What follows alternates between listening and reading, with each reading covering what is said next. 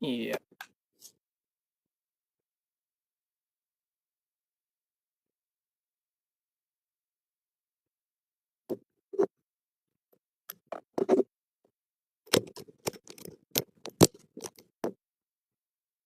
Tes, tes suaranya. Oke.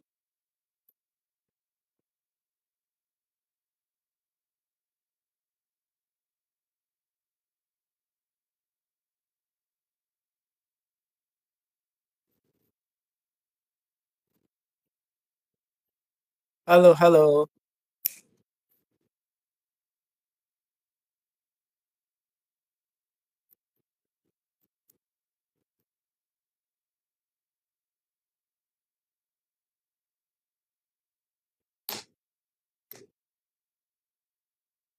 Halo, selamat malam teman-teman semuanya.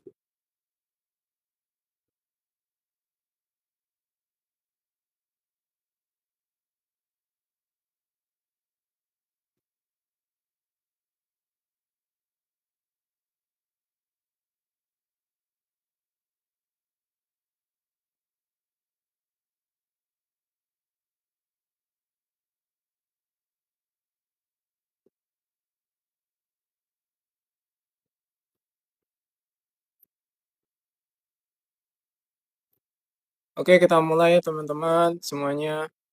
Selamat malam. Agak telat dikit malam hari ini. Telat 10 menit nggak apa-apa ya. Sekarang kita masuk ke teori sedikit. Kemarin kan kita sudah praktek. Dan ini merupakan materi yang penting karena ya semuanya penting sih. Tapi kalau kita mau mengalami kesadaran, ada satu hal, istilahnya yang disebut dengan dehipnosis. Jadi, sebelum dehipnosis, sebelum istilah untuk dehipnosis, D itu artinya kita mengembalikan lagi dari yang tadi sebelumnya kita telah terhipnosis. Nah, untuk dehipnosis ini kita perlulah belajar sedikit hipnosis. Nah, inti hipnosis itu adalah tentang pikiran atau alam bawah sadar. Ya, seperti halnya kosong tuh diisi. Tapi setelah kita mengisi semua data pikiran kita kembalikan lagi kepada kekosongan. Nah, dualitas dari kesadaran itu, spektrumnya ya begitu. Ada kiri, ada kanan, atas, bawah. Kalau di ajaran juga ada yoga, antitesanya tantra gitu ya. Nah, maka ini penting. Kalau ada hipnosis, berarti ada juga dehipnosis. Kalau ada tesis, ada antitesisnya. Cuman kebanyakan tuh masih berkutat di hipnosisnya aja, tanpa menyadari bahwa sebenarnya hipnosis itu juga perlu untuk dikembalikan lagi kepada kekosongan atau kesadaran. Itulah dehipnosis. Namun, sebelum kita masuk ke dehipnosis, kadang itu kan pengalaman, ya, awareness, kesadaran. Untuk bisa nyampe ke sana itu, ya kita perlu dulu mengenal hakikatnya dari hipnosis itu sendiri. Tadi ada yang salam ya, ya. Waalaikumsalam. Oke, kita akan mulai bahwa sebenarnya pikiran itu ada yang pikiran sadar. Kita masuknya ke tema pikiran pada malam hari ini. Tapi ini penting. Dengan kita memahami sesuatu, minimal konsepnya pasti dengan pikiran. Karena kalau kesadaran itu tidak bisa kita pelajari, hanya bisa dialami dengan sensasi sebagai ruang. Dan mau nggak mau, dengan kita itu belajar pikiran, perasaan, itu bagian dari pertumbuhan spiritual. Contoh ya, anak-anak itu kan perlu dogma dari kecil. Ya, contoh aja, kenapa anak-anak tuh harus dididik? Karena dia belum mengerti. Misalnya kita kasih tahu logikanya begini dan begitu. Dia kesadarannya belum paham anak-anak. Jadi perlu dogma. Nah, dogma itu hipnosis. Tetapi setelah kita sadar, semakin dewasa, kita kan nggak mungkin kecil terus. Ya, kesadaran kita bertumbuh. semakin lama ya kita perlulah mengurai identitas, dogma yang tadi telah melekat pada diri kita, pada pikiran dan perasaan. Cuman kebanyakan orang-orang tuh tidak sadar, tidak aware tentang dogma ini, tentang segala program yang sudah masuk dan bahkan menjadi pola dalam kehidupan. Sehingga akhirnya ketika sudah jadi pola, itu diturunkan lagi kepada anaknya menjadi warisan. Iya kalau warisannya harta, ataupun kalau warisannya yang baik. Ini kadang nggak sadar itu. Warisannya hutang, ataupun warisannya yang memang pola emosi negatif. Seperti bahkan karma gitu ya. Oh ya, ini kalau cara meditasi yang baik dan benar supaya kenal diri sendiri, kalau meditasi itu banyak ya tekniknya. Sebenarnya pada malam hari ini kita nggak bahas meditasi. Cuman kalau mau bahas meditasi, aku tuh udah pernah, udah sering sebenarnya bahas meditasi di live sebelum-sebelumnya ini. Lebih enaknya tuh kalau mau meditasi, niatkan dulu ya. Kita itu ini yang paling penting, sebelum kita itu bermeditasi, coba niatkan dulu dalam hati, kehendak kita punya intensi, sebenarnya apa yang kita cari dari meditasi itu sendiri. Karena meditasi itu hanya teknik. Meditasi itu bukan tujuan. Meditasi itu ya meditatif itu sendiri dalam keadaan yang sehari-hari kita tuh dalam keadaan meditatif. Nah, salah satu cara untuk bisa bermeditasi adalah dengan dehipnosis. Ya ini, materi yang kita pelajari pada malam hari ini. Kita mengenal dulu apa itu dehipnosis, unlearning. Karena biasanya selama ini kita learning terus-menerus, kita belajar, kita memasukkan semuanya ke pikiran bawah sadar, dogma yang melekat, identitas, status, nama, label. Nah, dengan kita melepas ya, kita coba pakai bahasa melepas dulu. Sebelum memang kalau menyadari itu kan agak susah kita ngemegang atau memahami apa sih menyadari itu. Kita coba melepas dulu. Melepas dogma ini supaya kita aware, kita kenal, lebih tepatnya ngalami diri sendiri gitu. Kak, gimana caranya untuk menyempurnakan kebangkitan spiritual? Apakah salah satunya dengan meditasi? Iya. Salah satunya dengan meditasi, sebenarnya itu adalah dengan kondisi meditatif, yaitu dengan unlearning yang kita pelajari pada malam hari ini itu dengan dehipnosisnya. Karena kalau yang namanya menyempurnakan dalam kesadaran tuh tidak ada yang sempurna, itu hanyalah perjalanan tanpa batas. Tapi kalau misalnya sudah mengalami kebangkitan spiritual, dia tinggal terus disadari apa yang selama ini melekat dalam pendaman batin. Sehingga nanti tekniknya, baik itu dari meditasi, healing, apapun yang dilakukan itu hanya untuk melunturkan atau terus mengembangkan ruang kesadarannya, gitu. Oke ya, kita lanjut. Saya dulu pernah belajar meditasi terus berhenti. Ya, meditasi sebenarnya nggak perlu dipelajari, tapi dipraktekkan dan dialami sendiri. Karena meditasi bukan tujuan, paling penting tuh itu. Sehingga ya kalau tadi, ketika itu bukan hal yang seperti kayaknya aku nggak dapat apa-apa dari meditasi, jadi berhenti. Padahal tiap hari kita itu bermeditasi. Momen Satori itu, ya itu.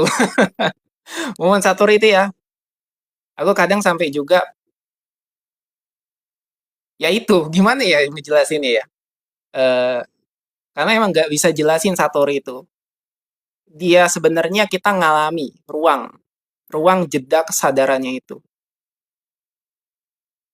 Itulah Satori. Ya itulah sebenarnya ketika kita ngalami unlearning, dehipnosisnya itu total di ruang kesadaran.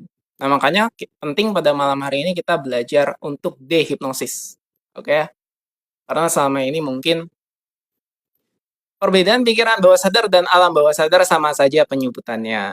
Jadi pikiran ya alam itu sendiri. Kalau alam tuh memang lebih kayak penyebutan dia zona. Ada yang bilang tuh bukan pikiran, dia nggak ada yang bilang ya nggak setuju pikiran karena ini lebih luas lagi. Ada yang menyebutnya alam, ada yang menyebutnya zona bawah sadar. Sama saja, itu hanya istilah penyebutan. Karena dulu kan mungkin lebih ke pikiran, tapi ternyata dari kesadaran nggak cocok nih disebut dengan pikiran. Lebih enaknya alam, ya alam bawah sadar. Itu sama saja, karena yang masuk ke dalam itu, alam tersebut, ya apa? Ini yang kita sekarang bahas. Oke, kita mulai ya. Nah, jadi pertama-tama, kita kan tadi dengan contoh, ada anak-anak perlu dogma, didikan dari kecil. Walaupun dia nggak ngerti tujuannya buat apa. Dogma seperti, kamu jangan main pisau ya, jangan bawa-bawa pisau kemana-mana gitu. Masih kecil kan dia kan. Ya mungkin dia bebas saja. Nanti kalau dibiarkan terus-menerus bebas, yang nggak dididik, dia akhirnya punya kebiasaan tersebut. Makanya ada dogma, ada doktrin. Yang tujuannya memang untuk menjaga dulu kesadarannya agar di situ. Karena kalau anak-anak normalnya ya, kecuali memang kesadarannya anak-anak tuh bahkan sudah bisa ngomong, sudah tahu, ya itu ajaib. Tapi kalau anak-anak yang memang normal pada umumnya, dididik dengan cara-cara yang umum, seperti keadaan mayoritas. Nah, sebagai pertumbuhan spiritual, mau nggak mau, anak-anak kita juga dari kecil pasti tumbuh dengan nama kita, dengan status kita, dengan didikan tersebut. Dunia ini penuh dengan perjuangan, ya. Dunia ini hati-hati. Terlepas tanpa kayak seakan-akan itu hilang dari eksistensi, kalau dari kesadaran itu, kita sebenarnya bukan menyepelekan atau bukan berarti seakan-akan melihat nanti dunia ini itu kayak kita santai-santai aja. Itu kondisi internal batin yang memang secara alami telah kita dapatkan dari ruang kesadaran, sehingga realitasnya juga terwujud seperti itu. Bukan dengan paksaan, bukan dengan berusaha. Sekarang ini lebih banyak ya, ketika belajar kesadaran, tapi memaksa keadaan tersebut terjadi, otomatis malah backfire. Feedback yang dia terima malah double karena pendaman yang dia rasakan, pendaman yang masih ada dalam tubuh pikiran perasaannya itu masih melekat, masih banyak, terus dia paksakan lagi, dia usahakan untuk unhipnosis atau dehipnosis dengan kesadaran, maka hasilnya double. Dia menerima dampak yang lebih berat lagi. Nah, ini penting sebenarnya. Jadi, banyak sekali yang belum aware terhadap hal ini karena ini tiba-tiba kan, banyak sekali pelatihan atau kelas kesadaran tanpa melihat batinnya sendiri itu kondisinya bagaimana. Dan rata-rata fenomenanya adalah ketika ikut kelas kesadaran karena memang sudah punya banyak masalah. Apapun itu. Punya hutang, ditinggal, atau dia ditinggal pasangan. Pokoknya hal-hal yang menyakitkan, yang membuat penderitaan. Sehingga ikut melihat testimoni, ingin berharap itu kejadian juga. Hal-hal positif itu. Nah, ini bisa backfire. Bukan berarti testimoninya salah atau itu bohong, semuanya itu sah-sah saja, biasa-biasa saja dalam kesadaran. Tapi jangan pernah berpikir itu adalah hal yang pasti. Karena tiap orang memiliki perjalanan dan pertumbuhannya masing-masing. Kesadarannya yang sebenarnya membuat dirinya berkembang. Jadi yang dimaksud dengan pasti tadi jangan sampai label dengan fenomena keadaan luar ini itu menjadi patokan. Seakan-akan kalau sudah ikut kesadaran pasti beruntung. Ya, ada yang memang dia ikut dulu perjalanannya ketika sudah harus melepas atau menjalani ya dalam tanda kutip karmanya itu. Dia justru semakin peka dengan kesadarannya, semakin peka dengan kondisi-kondisi fenomena yang terjadi di sekitarnya, maka dia semakin menderita. Jadi semakin banyak ditimpa masalah, semakin banyak kayak ujiannya. Yang mana itu prosesnya. Nah, ini terkait juga dengan meditasi tadi. Apapun yang dilakukan, mau ikut kelas, mau cari teknik meditasi, yang paling penting disadari dulu. Nah, di sini, di bawah sadarnya. Kamu itu siapa? Setelah menyadari kamu itu siapa, siapakah aku? Apakah aku yang pikiran ini? Apakah aku yang perasaan ini? Karena kalau sudah masuk ke dalam bawah sadar, itu isinya adalah kebiasaan, ya, emosi, kepribadian, ya kan? Persepsi, memori jangka panjang. Dan itu semua hasil daripada data, nilai-nilai yang ditanamkan sejak kecil, diprogramkan, dan menjadi keyakinan. Tanpa bawah sadar itu mengetahui mana salah, mana benar. Tanpa mengetahui mana frekuensi yang tinggi, mana frekuensi yang rendah. Tanpa tahu mana vibrasi yang kesadaran tinggi atau vibrasi yang rendah. Nah, cara masuknya adalah dengan cara terus-menerus. Pertama, dengan repetisi, pengulangan. Yang kedua, memang dikasih tahu oleh orang-orang terdekat seperti keluarga. Yang ketiga adalah dengan biasanya otoritas. Yang keempat ya dengan emosi itu sendiri.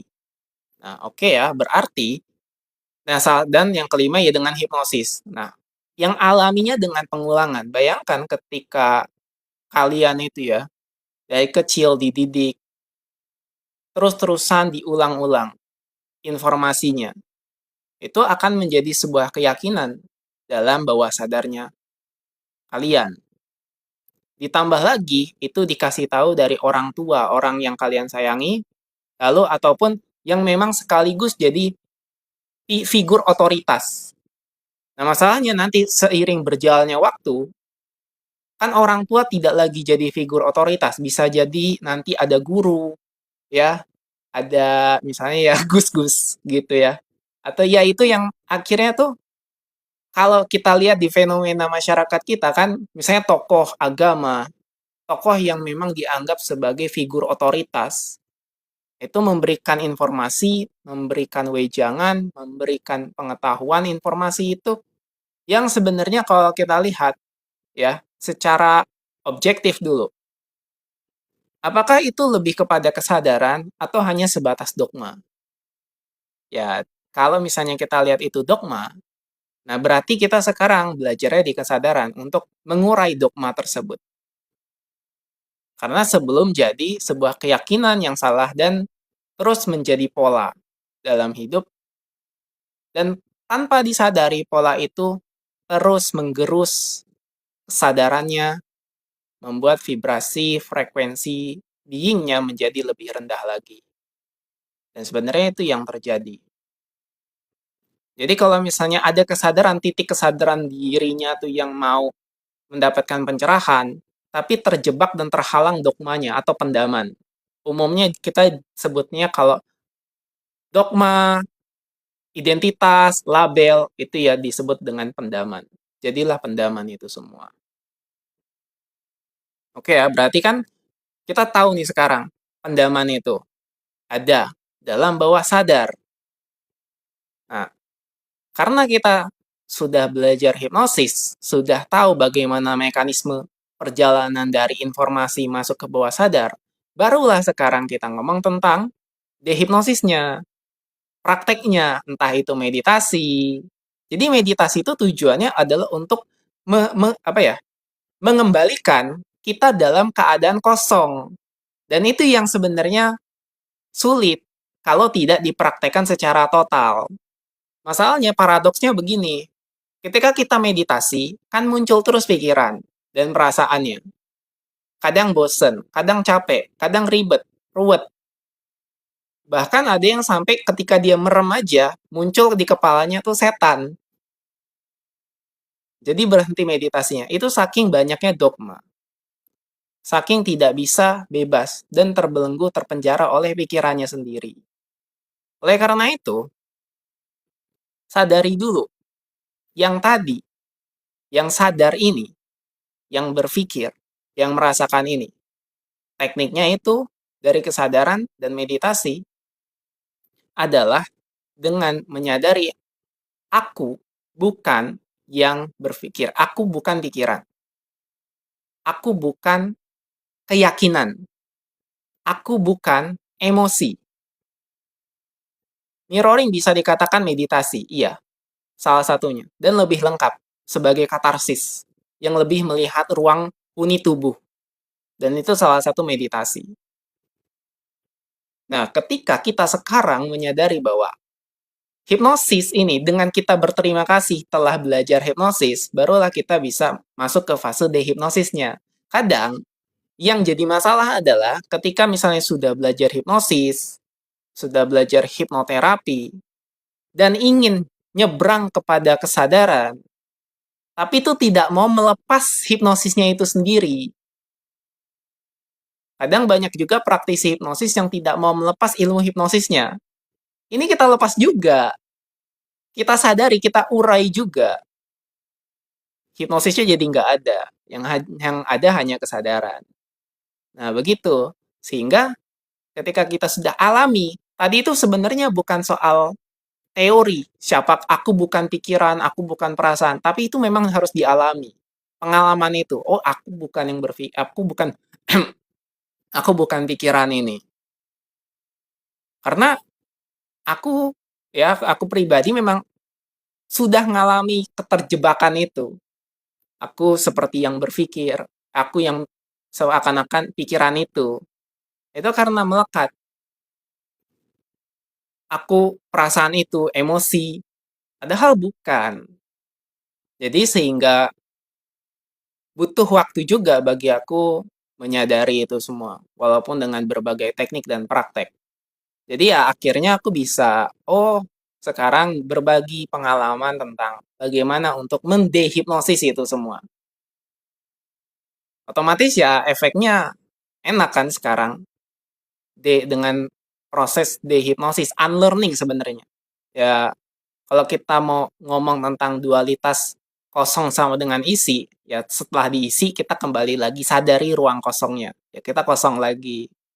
Tapi bukan berarti isinya hilang, isinya tetap menjadi sebuah potensi untuk terus mengembangkan diri sebagai ruang kosong. Itulah kesadaran, kan begitu ya, kosong sama dengan isi itu sendiri, isi sama dengan kosong.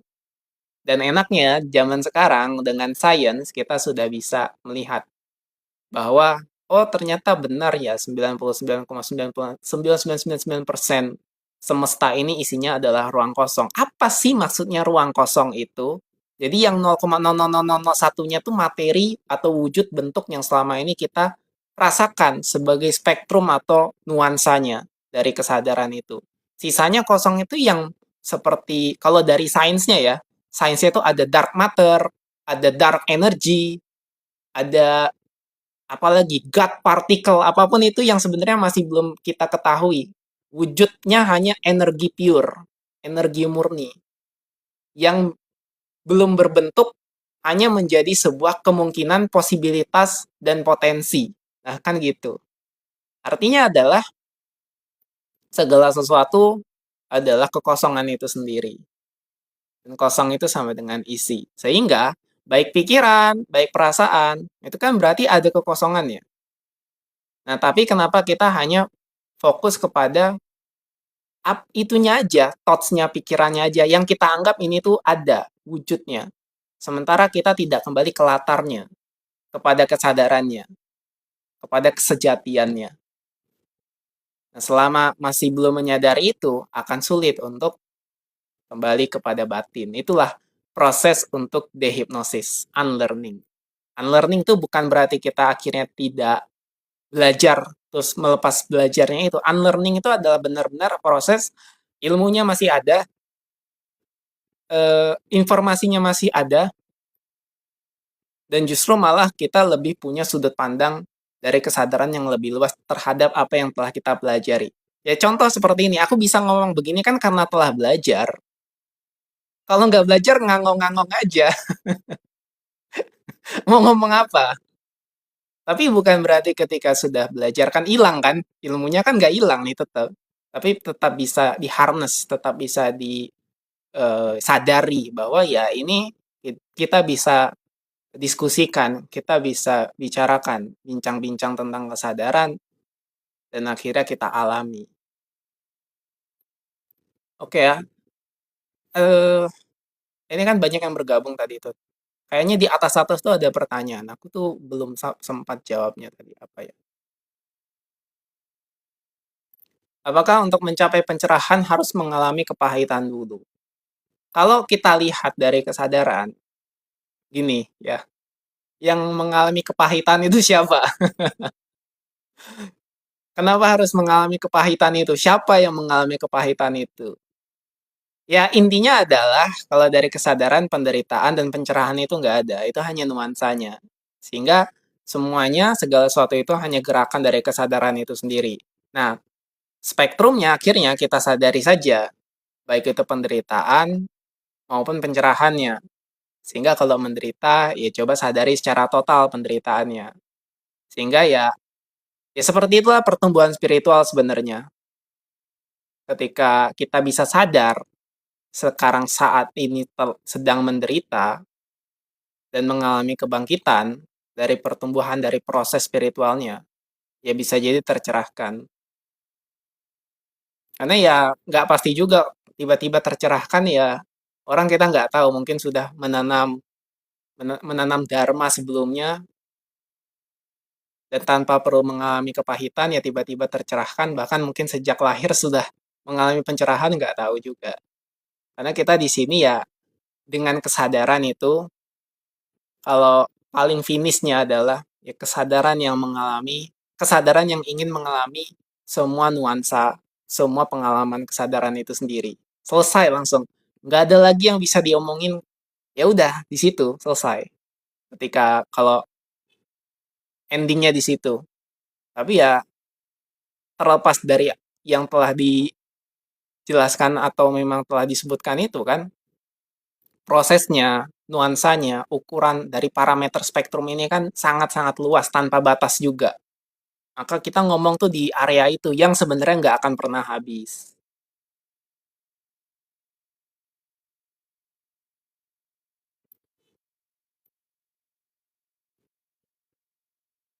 Apakah journaling bisa merilis pendaman emosi?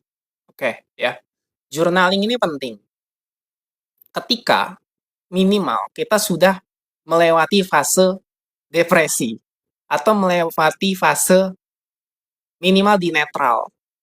Kalau journaling masih ya berada di keadaan frekuensi vibrasi yang force, makin mendem dia, makin ini dia, makin makin ke bawah karena justru dengan semua usaha menulis menjurnaling itu akan memperkuat identitas. Maka sebenarnya sambil journaling coba sambil menyadari, sambil entah bercermin, sambil mirroring, sambil dengan melakukan praktek afirmasi, afirmasinya itu yang dengan intensi melebur, mengurai semua yang ada di dalam batin itu, pendaman-pendaman itu, agar bisa kita sadari sebagai kesadaran.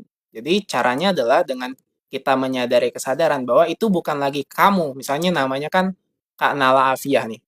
Misalnya Kak Nala Afiah ini kan, aku sekarang, nah tulis tuh semua jurnalnya itu, merasakan kepahitan, kegundahan. Nah ketika semua perasaannya itu muncul, sekarang bergerak dari kesadaran. Lihat bahwa aku bukan lagi sebutannya aku, tapi sekarang lihat, Nalafiyah telah berdamai dengan diri sendiri.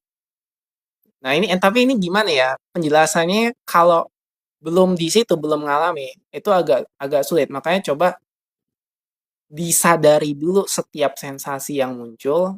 Ketika journaling tuh lebih tepatnya adalah untuk memunculkan semua pendaman untuk ke permukaan. Itu nextnya itu bukan dengan journaling, tapi dengan teknik selanjutnya untuk bisa mengurainya. Jadi setelah diurai, maka jadi kalau dengan journaling pun ya selama itu kita sudah sadar bahwa ini bukan pendaman yang dulu kayaknya udah pekat banget.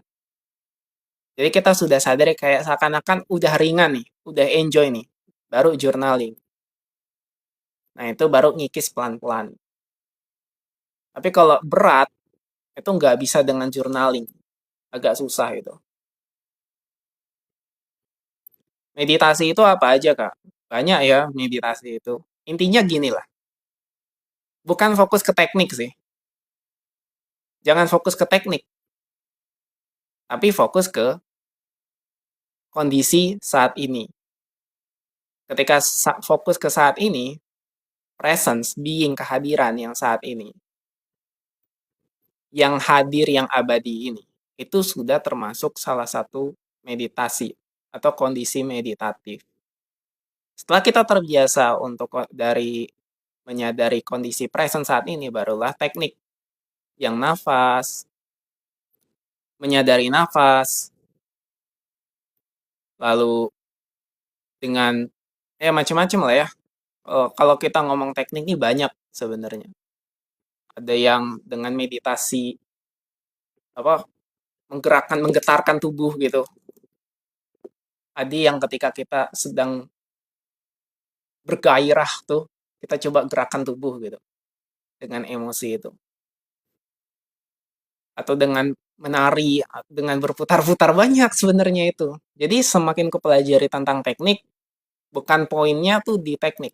Teknik tuh bukan sebuah poin utamanya. Tapi teknik itu sebagai nuansa untuk mengalami pengalaman ketika kita melakukan proses meditasinya. Ketika kita alami dan kita coba terus-menerus, maka mungkin kita bisa jadi mengalami kebangkitan. Tapi kalau biasanya hanya fokus pada teknik meditasi, terjebaknya di situ. Ikut A, B, C, teknik 1, teknik 2, bertahun-tahun, nggak selesai-selesai. Ujung-ujungnya hanya menjadi pelarian. Sama seperti juga mindfulness. Mindfulness itu nggak boleh lama-lama. Itu hanya salah satu teknik. Sehingga jangan sampai terjebak di mindfulness itu. Lama menjadi praktisi mindfulness, otomatis ya akhirnya nggak kemana-mana, terjebak. Jadi segeralah transisi. Makanya dari kesadaran tuh ada istilah namanya quantum jump atau quantum leap. Melakukan proses atau fase lompatan. Apa yang lompat? Kesadarannya. Dia bergeser, transisi. Ada yang bergeser ke new belief atau new realitas, ya, new identity, atau langsung memang shifting ke terjun ke open awareness. Nah, di situ.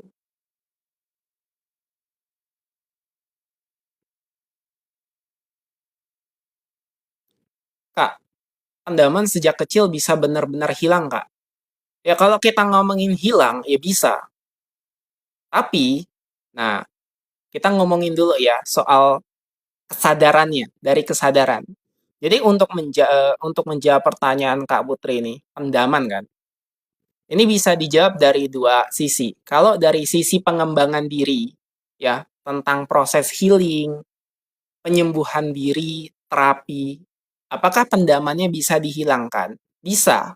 Berarti kita masuknya tuh ke fase di mana fokusnya pada akar pendaman. Nah, di situ sampai benar-benar netral, hilang. Entah itu pendaman emosi, trauma, apapun itu. Tapi kalau kita ngomong di ruang kesadaran, kamu adalah kesadaran itu sendiri, maka bukan pendamannya yang hilang, pendamannya itu jadi kecil sekali karena ruangnya telah menjadi berlimpah, menjadi luas tanpa batas sehingga pendaman sekecil itu walaupun setitik itu kayak nggak kerasa apa-apa. Nah gitu. Saranku ya gunakan keduanya. Kalau aku selalu menggunakan kepada klienku keduanya. Otomatis sambil bersamaan menghilangkan traumanya, ketakutannya, pendamannya, di saat yang bersamaan menyadari ruang kesadarannya. Ruangnya besar, ruangnya luas, semakin melimpah, semakin tanpa batas, dan akhirnya pendamannya juga selesai.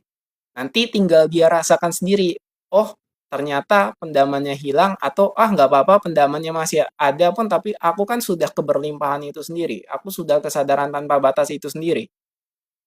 Selesai.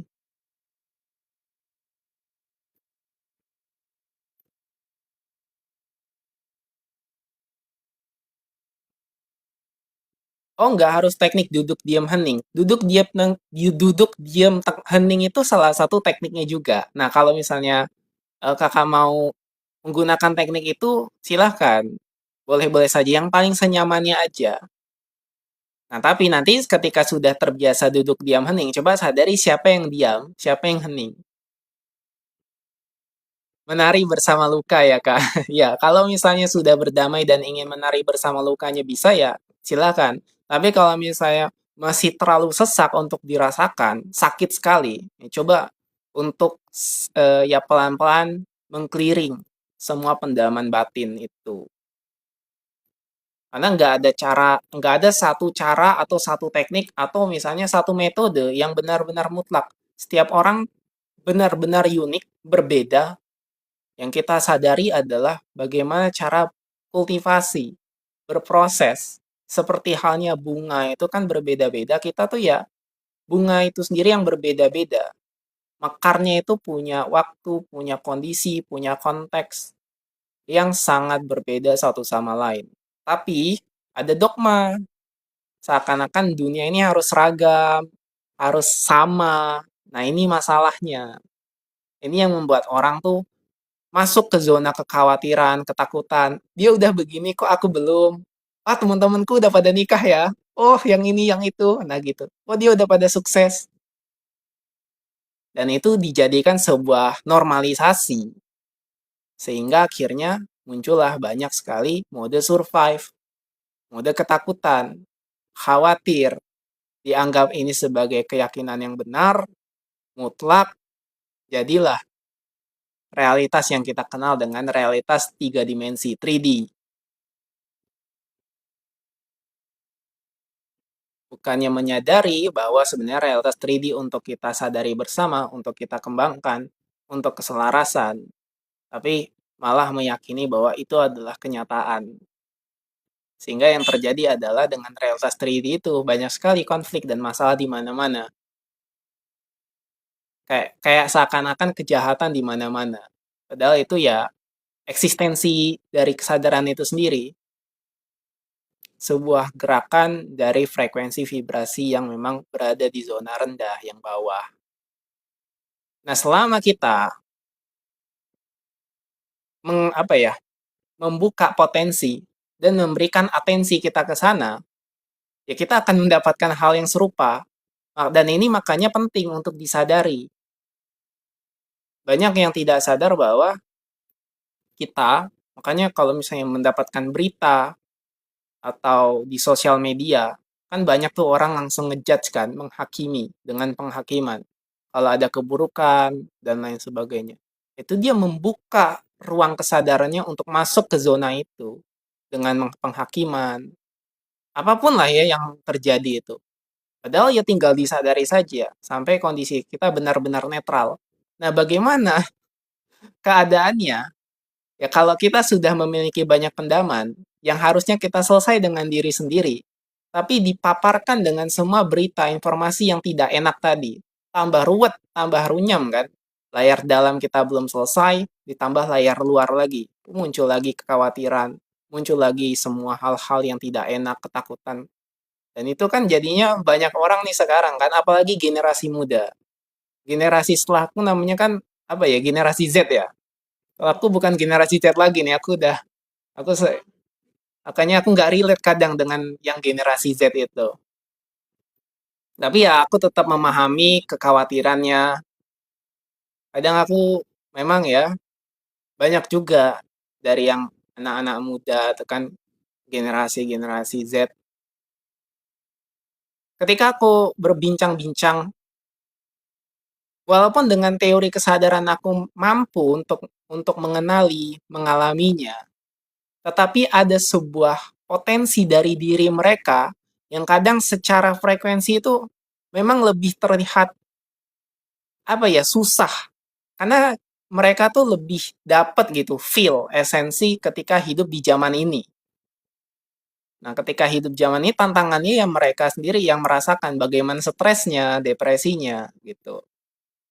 Jadi itulah kita butuh ruang bersama-sama ya saling berdiskusi, berbincang untuk ya kita coba sadari di mana yang sadari ruang kesadaran itu sendiri. Ruang di mana kita sadar sama-sama ini, yang sadar, aku, kamu yang sadar ini dulu. Sehingga kalau kita sudah selaras, sefrekuensi, itu baru tuh informasi, pengetahuan, itu baru nyambung. Kalau enggak susah. Nah, kebanyakan karena sudah tertutupi dogmanya, keyakinan yang salah, identitas, label yang melekat, itu jadi susah nyambungnya. Berada dalam dimensi dunianya sendiri. Itu yang susah. Iya.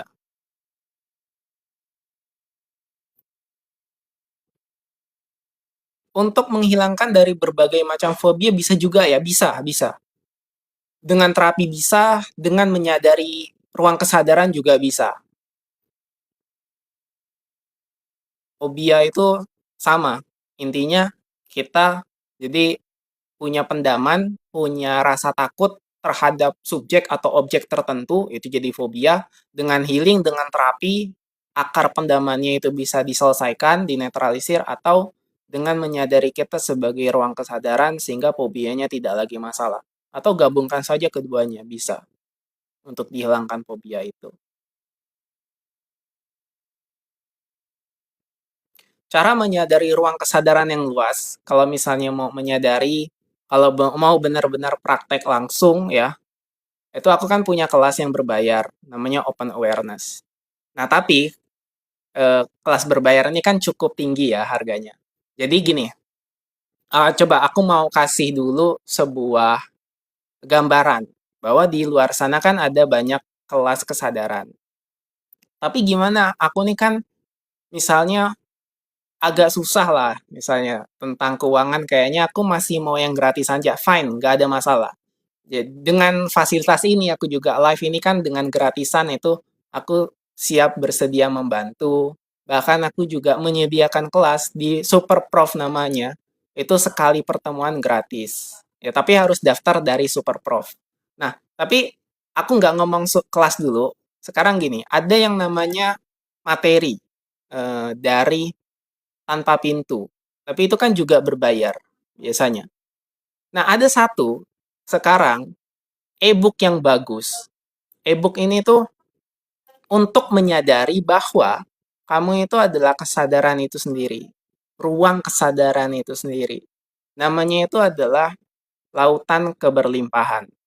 Nah, udah available, udah tersedia di link ya di TikTok aku ini kan ada profile, ada link, di situ udah ada. Nah, kalau itu tuh dari tanpa pintu. Tapi tanpa pintu tuh kan biasanya kalau mau beli di sana ada banyak tuh paketnya. Kalau aku menyediakan e-booknya aja. Karena biasanya kan terlalu panjang, terlalu banyak materinya dan harganya juga cukup tinggi.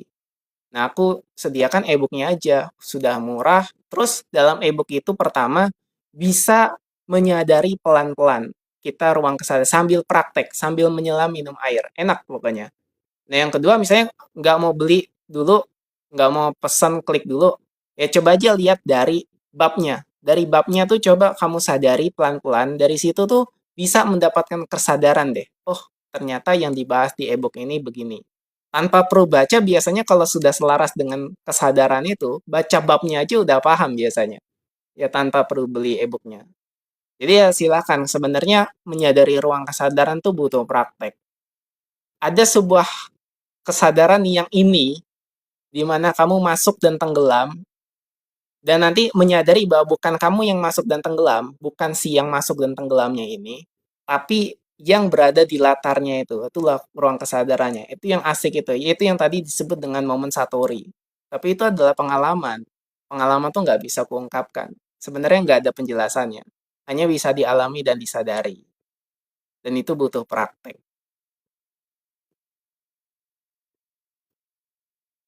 Oke, kita lanjutkan materinya bahwa dogma terkait dengan dogma dan doktrin tadi, ketika kita tidak sadari, ini yang muncul sebagai sebuah pendaman.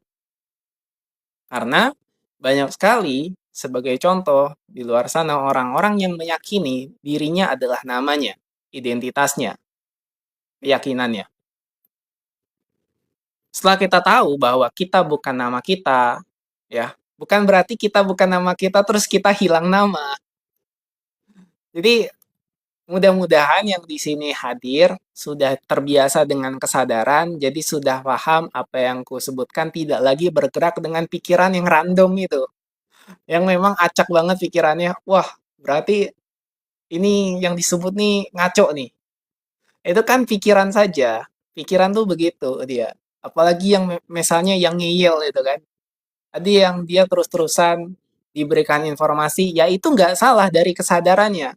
Yang tidak percaya, yang ngeyel, yang melawan, yang ngeberontak, itu kan kesadarannya, ya biarkan saja.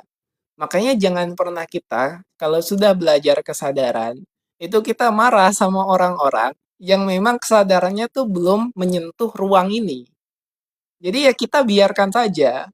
Kita sadari saja kalau misalnya kita sakit hati, jangan sampai stres sendiri dibuat dengan orang-orang yang memang susah. Nah, tapi Mas, kalau misalnya dia adalah keluarga sendiri gimana? Kalau misalnya dia narsistik, dia psikopat, dia machiavellis, terus dia itu adalah pasangan sendiri. Nah, ini berarti tantangan untuk menyadari ya prakteknya di situ. Kadang memang dengan kesadaran kita yang di masa lalu membawa realitas ke kondisi yang sekarang, bukan berarti itu adalah hal yang tidak bisa diubah, tapi itu adalah sebuah tantangan ya, atau ada sebuah perayaan untuk kita sadari bahwa kehidupan itu memang selalu bergerak dan berjalan. Makanya, ketika kita sudah sampai di sini saat ini, bahkan telah tahu ada yang namanya kesadaran, berarti sekarang ya kita sadari apapun yang ya kita yakini itu ya keyakinan itu kita tempatkan, kita letakkan pada tempatnya. Keyakinan adalah keyakinan. Kita punya keyakinan, tapi kita bukan keyakinan itu. Ada yang sampai tidak bisa membedakan bahwa sampai akhirnya dia benar-benar meyakini dirinya itu yang paling benar. Nah, bukan begitu. Kebenaran dalam kesadaran ya hanya kebenaran itu sendiri. Nah, salah satu konsep untuk melihat kebenaran itu adalah perspektif, persepsi.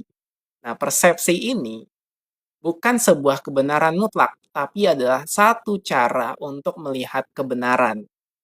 Nah, makanya di kesadaran kita tidak bicara soal benar dan salah. Pikiran tuh yang bicara di situ. Makanya kita sadari pikirannya. Hanya pikiran itu yang bicara soal benar dan salah karena tidak ada mekanisme lain selain daripada pikiran. Pikiran itu mekanismenya mutlak hanya untuk begitu, di dualitas, di technical thinking, di teknis. Nah, kita sadari pikirannya. Tapi karena mungkin banyak yang belum kenal, belum tahu kesadaran, tidak menyadari pikirannya, maka yang terjadi begitu. Timbulnya perdebatan, timbulnya konflik. Nah, sehingga sekarang, ya kalau misalnya dari kesadaran ini, bukan berarti kita, ya, saat ini tidak punya pendirian, tidak punya keyakinan, tapi keyakinannya disadari. Itu aja, simple sebenarnya, sederhana. Kalau mau dipraktekkan.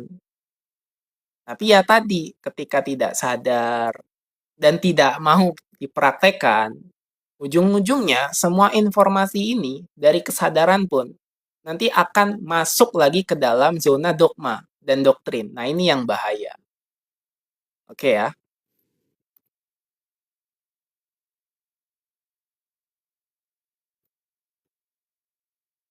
Bentar. Tadi ada yang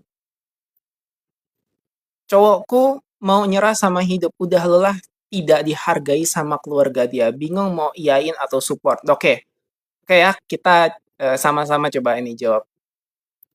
Pertama, ini umurnya berapa nih cowok ini? Dia udah lelah dan tidak dihargai sama keluarga.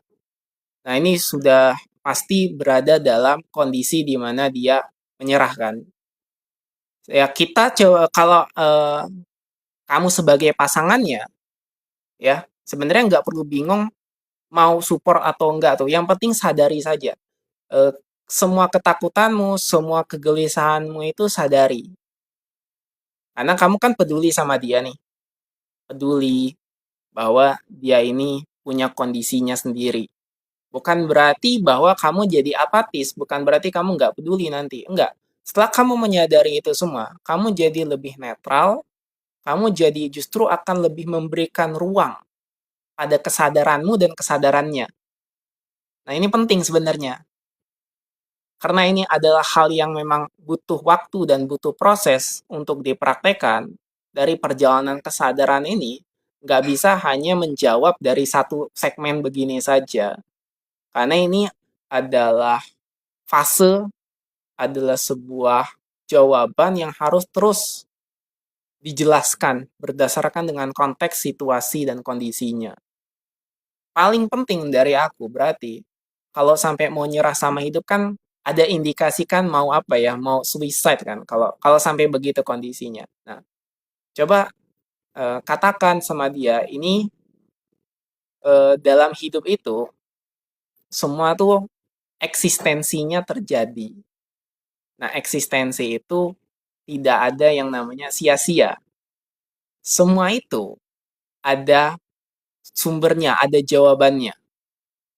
Nah, tapi memang kadang ya, kalau sedang berada di fase momen itu, di zona apatis, mau nyerah sampai hidup itu berada di kondisi yang paling bawah tuh, yang sudah kecewa, sudah marah, sudah benar-benar di ambang batas.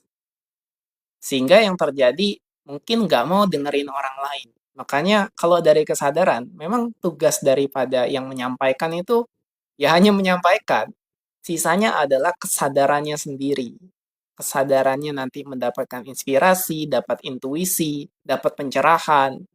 Tapi untuk mendapatkan jawaban itu kadang memang paradoksnya pengalaman dan perjalanannya dalam hidup itu butuh ya kekecewaan, butuh penderitaan, butuh semua hal-hal yang menyakitkan.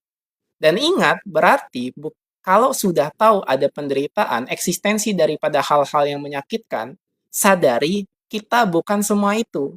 Kita bukan yang menyakit, kita sebenarnya bukan penderitaan.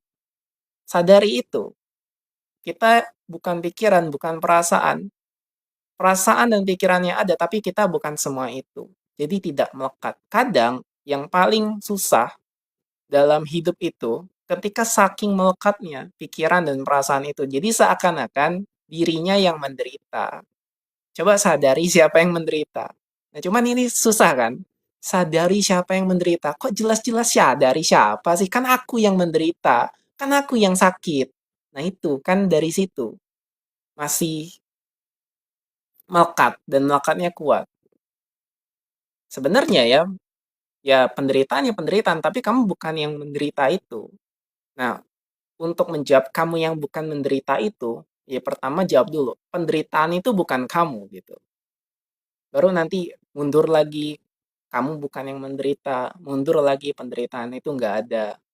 Tapi sebelum ke mundur ke belakang itu, pasti memang akan merasakan dulu yang namanya aku yang menderita, aku yang kesulitan, aku yang tersakiti.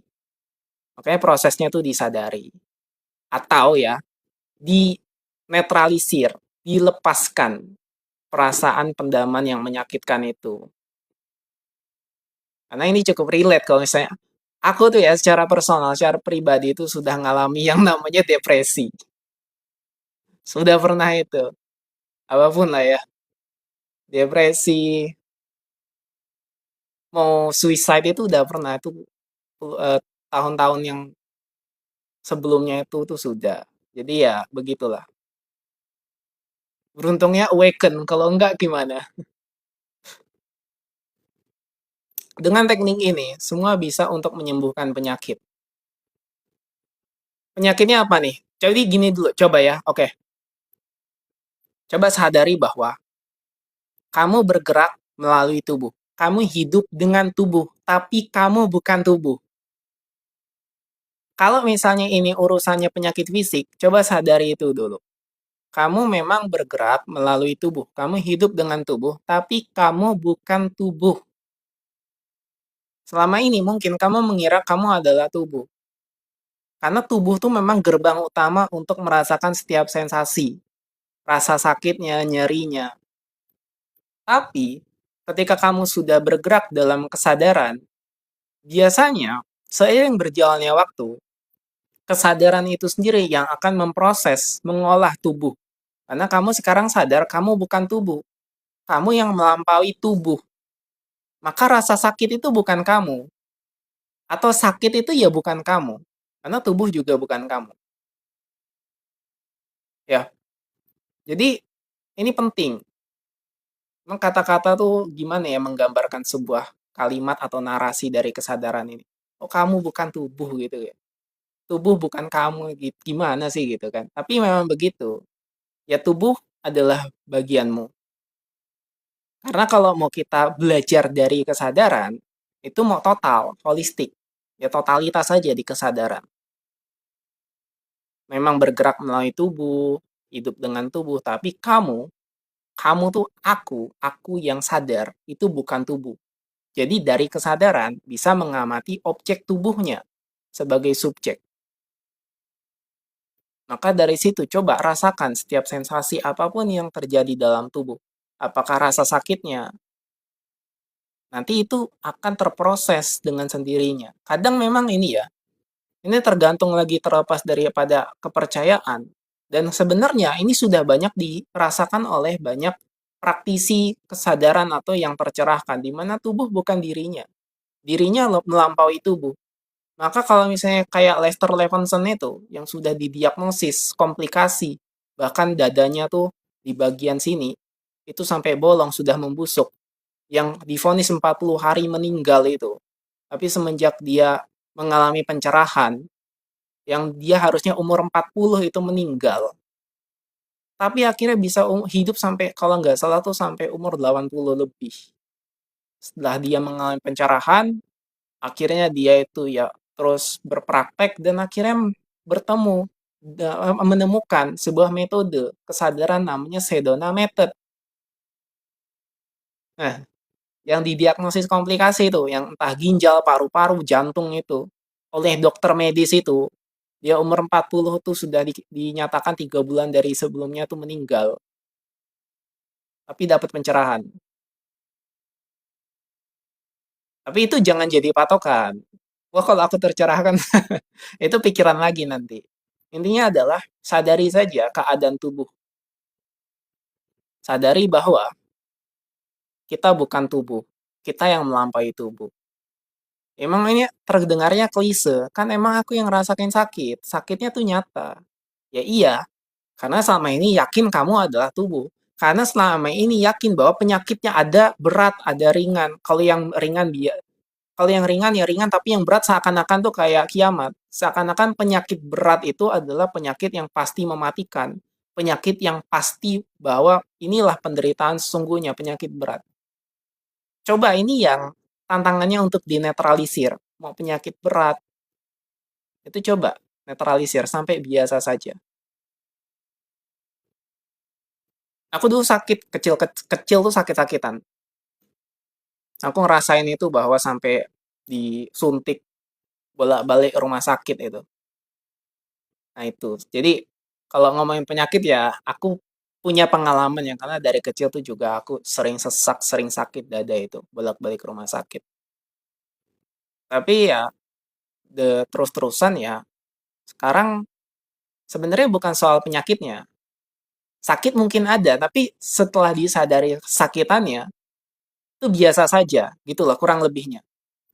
Jadi sadar bahwa kamu bukan penyakit. Ini kalau ngomongin tentang penyakit fisik. Nah, ada satu penyakit lagi namanya psikosomatis. Penyakit ya sebenarnya itu adalah manifestasi dari mental, emosi, pikiran yang akhirnya memiliki hambatan, terhambat tubuh. Dan sensasinya juga real, nyata. setiap gejolak, setiap emosi yang terakumulasi, pas dicek ke dokter di medis nggak ada loh, itu psikosomatis. Nah, kalau psikosomatis ini lebih mudah di kesadaran atau di terapi karena ini psikosomatis. Walaupun memang sensasi fisiknya real ya, makanya bahkan psikosomatis saja bisa terjadi, termanifest. Nah, itu juga yang cikal bakal penyakit fisik.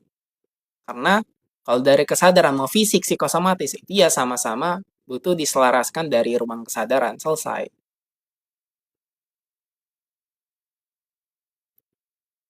Umur 29 ya. Yang tadi ya berarti kalau misalnya sekarang karena kamu yang sekarang nih sadar dan mendengarkan kesadaran, paling utama adalah dirimu sendiri dulu untuk menetralisir semua ketakutan, kekhawatiran. Nanti biar datang intuisi dengan sendirinya mau support, mau bantu.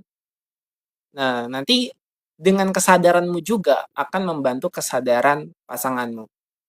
Yang penting itu dari diri sendiri. Dengan kita sadar, ya, satu orang itu bisa merubah banyak orang. Tapi jangan berusaha untuk merubah.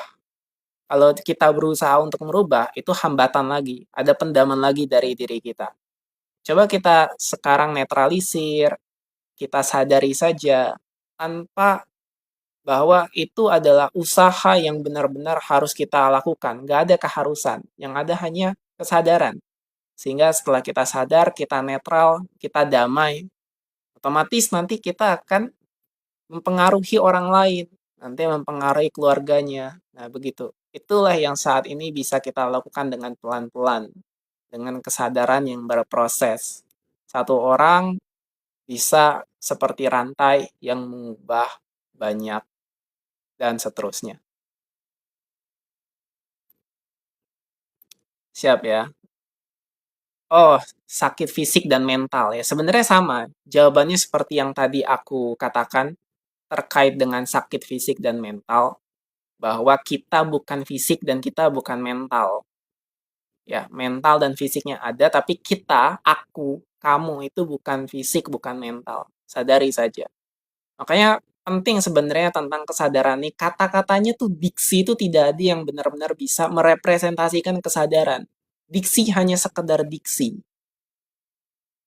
Tidak bisa mewakilkan bahwa ini loh karunia, keajaiban dari kesadaran itu. Yang bahkan bisa menyembuhkan fisik, mental. Ya karena kesadaran tuh ya mukjizat itu sendiri. Sampai kan dipelajari tentang mukjizat taumaturgi kalau pernah dengar itu. Ya, sebenarnya esensinya dari kesadaran. Ketika kesadarannya kita tuh selaras dengan apapun yang disebut dengan frekuensi vibrasi tinggi, itu bukan hanya tentang masalah-masalah biasa gitu, kayak seakan-akan ya kita bahkan masalah-masalah besar saja itu lenyap. Atau kalau masalahnya ada tapi kita bukan masalah, ya masalah tuh ya masalah, tidak ada hubungannya dengan diri kita. Ya kita ada sebagai peran di dalam dunia ini untuk bisa menjalani perjalanan kesadaran ini. Mau entah itu ada masalah atau enggak tuh sama saja. Tapi karena ini terlalu melekat dengan kondisi, dengan label, makanya muncullah sakit, fisik, mental, ada penuh identifikasi, ya kan? Ya kalau dari kesadaran tuh identifikasi tuh hanya identifikasi, hanya perannya, tapi bukan dilekatkan pada kesadarannya. Contoh, ADHD. Oh, aku ADHD. Oh, aku sakit. Oh, aku autisme. Oh, aku ini. Aku, dan aku. Padahal, coba sekarang disadari saja. Autistiknya ada, ADHD-nya ada. Ya, hanya ada peran sebagai itu. Tapi kesadaranmu bukan itu.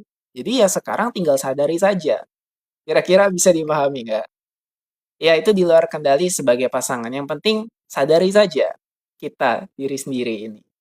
Itu penting. Tapi memang kalau misalnya terbebani, terus gimana perjalanan Abang jadi tahu self awareness ya? Sebenarnya kalau mau dijelaskan panjang ya. Ada banyak sekali proses juga, entah itu. Sebenarnya aku pernah cerita di live sebelum-sebelumnya itu ya. Ya intinya gampang lah. Intinya ada seperti orang pada umumnya, kita semua sama. Intinya kesadaran itu tidak dimiliki siapapun karena segala sesuatu adalah kesadaran. Aku yang sadar adalah kamu yang sadar juga. Sadaran itu sama. Nah, yang sekarang sadar ini, ya, sebagai manusia, bahkan kesadaran yang meliputi hewan, meliputi alam semesta itu adalah kesadaran yang sama. Nah, kesadaran yang sekarang melokal, yang disebut dengan atensi, atensi itu yang kita sebut sudut pandang, dan sudut pandang ini adalah jiwa kita. Jiwa ini yang sekarang menjalani proses perjalanannya masing-masing.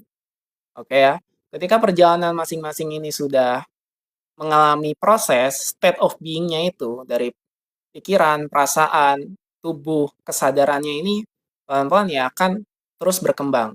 Dan perkembangan itu mengalami yang namanya awakening. Nah, awakening ya sekarang bisa disadari, bisa mengalami pencerahan, ataupun memang yang banyak orang sekarang telah alami juga tentang awakening. Dan ini juga sebenarnya pengaruh daripada state of being kan. State of being ini kan kolektif. Maka ketika ada satu orang yang sadar, maka yang lain juga bisa sadar, banyak itu. Nah, tinggal kita sesuaikan dengan konteks diksi, kata-kata, narasi yang cocok di keadaan kita sekarang. Nah, itu penting karena itu formnya sebagai wujudnya. Apalagi kalau kita ngomong soal kesadaran gitu ya, bernegara. Ada konteks di mana apakah sumber daya, material di negara ini itu cocok dengan kesadaran masyarakatnya atau tidak. Nah, itu kan bisa menjadi bahan untuk kita diskusi dari kesadaran. Contoh, kalau misalnya katakanlah Indonesia negara yang kaya, tapi kok kenyataannya tidak kita dapatkan sebagai mestinya. Kayak misalnya kaya sumber daya alam, tapi kok kita kok miskin, nah kayak gitu. Itu kesadarannya tidak sinkron, tidak selaras. Dimana kalau misalnya di negara maju, kesadaran orang-orangnya tuh selaras, jadi mendapatkan akses fasilitas, padahal sumber dayanya terbatas, tapi kok mereka bisa maju, mereka bisa nyaman, mereka punya pendidikan, punya kesehatan gitu. Ada apa misalnya berbanding terbalik dengan kesadaran yang di sini ya gitu. Sebenarnya itu adalah pembicaraan kesadaran yang basisnya kolektif. Nah, tapi kolektif itu dimulai juga dari setiap individu yang mengalami awakening. Makanya dari oneness ya, kita tuh semua terhubung satu sama lain. Kalau dari kesadaran, aku tidak terpisah dari yang lain. Semua terhubung, saling terhubung satu sama lain. Bang, yang kurasa ini sekarang kayak kosong, hampa gitu, kayak ngambang gitu. Udah praktek apa sebelumnya? Kalau sekarang jadi kosong hampa gitu. Apa yang muncul dari kekosongan itu? Hampa. Hampa tuh bukan kosong sebenarnya. Nah, ini bedanya hampa sama kosong. Kosong tuh kamu menyadari bahwa kelimpahan dari kekosongan tuh begitu luas. Kalau hampa itu sebenarnya sesak. Dia tidak kosong. Hampa tuh ada pendaman, ada rasa sesak yang akhirnya dia seperti ada ruang nih. Ada ruang. Tapi dia tuh ada ruang, misalnya ada, gak bayangin tuh kamar, tapi ada bola tak tampak, itu memenuhi, memadati ruangnya itu.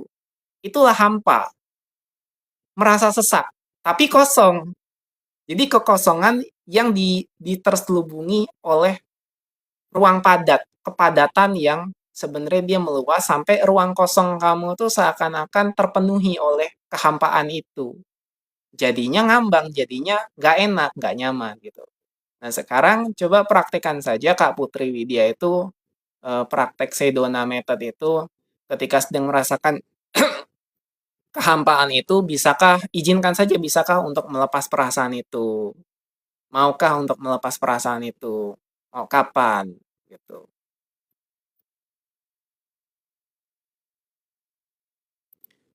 Ikut kelas saja kali ya supaya lebih lengkap. Iya, udah komplikasi. Iya, silahkan Kak ya.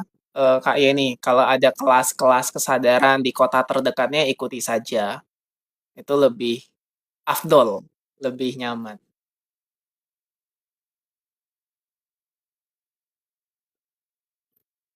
Iya, Jadi stay cool aja ya. Stay cool-nya bukan berusaha cool.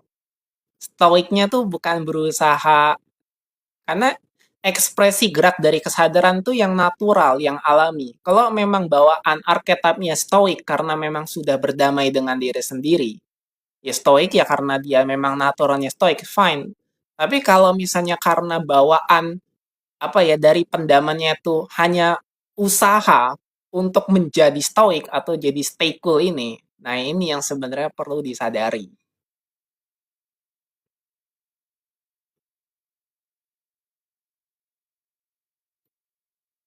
Ini aku nge-scroll ke bawah soalnya ini nggak otomatis ke bawah dia. Tadi karena mungkin aku scroll ke atas, jadi ini aku scrollin dulu ke bawah yang pertanyaan-pertanyaan. Ini banyak yang bergabung. Jadi aku scroll dulu ke bawah.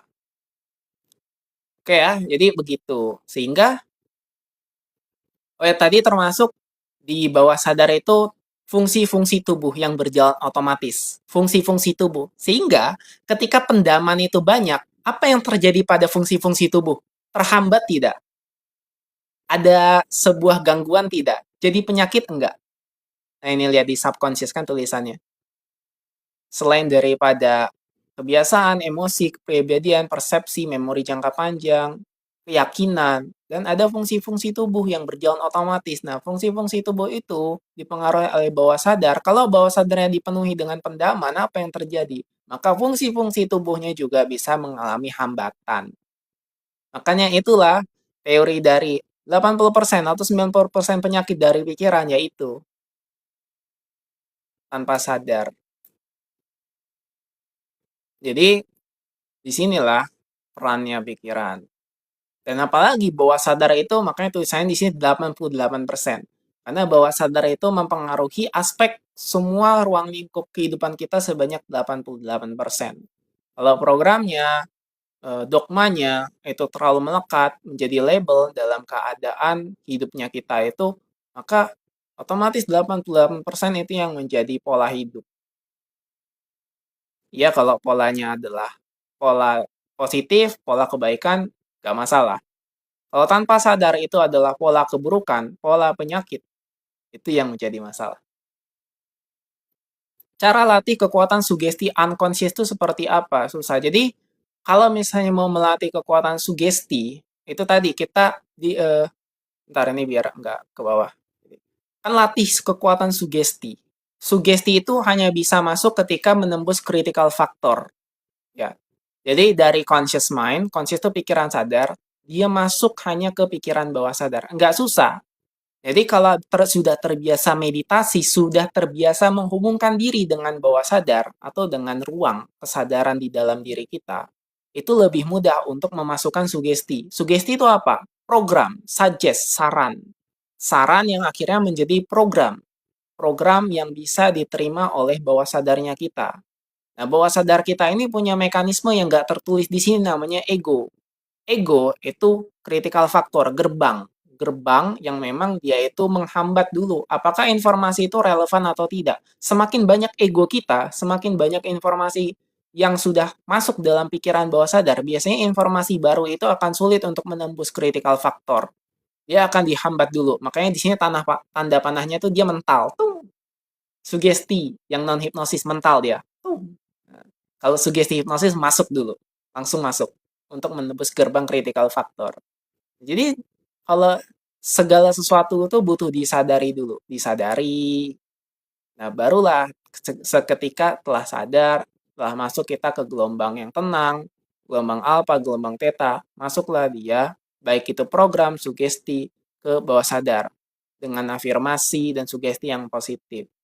Sehingga menjadi nilai baru, menjadi sebuah persepsi baru yang menggerakkan pola dari bawah sadar kita sesuai dengan apa yang tadi telah diprogramkan dengan kondisi program yang new. Udah aku follow ya Bang, terima kasih. Siap. Jika ada pertanyaan lagi, silahkan ditanyakan. Oke, tadi aku mulainya jam 8, sudah tidak terasa sekarang jam 29 lewat 24 ya. Jika tidak ada lagi pertanyaan, mungkin kita cukupkan sampai di sini dulu ya. Kita sekarang Sabtu kan malam Minggu. Aku pernah tanya, kok nggak ini ya? Kok nggak ini, nggak jalan malam Minggu? Ya, terima kasih Mas, sama-sama. Ya di rumah saja, sambil live gini lebih asik, bisa memberikan atau ya berbagi, sharing kesadaran-kesadaran. Aku sekarang rutinnya itu Sabtu, jam 8 malam. Rutin. Hari-hari yang lain nggak janji aku ya. Kadang hari-hari yang lain itu mendadak aja, mendadak. Jadi stay tune aja. Kadang di hari selain daripada Sabtu itu mendadak. Tapi jam 8. Hanya jam 8 aku untuk live pada malam hari ya. Oke. Terima kasih sama-sama kita sekarang aku izin undur diri, pamit ya.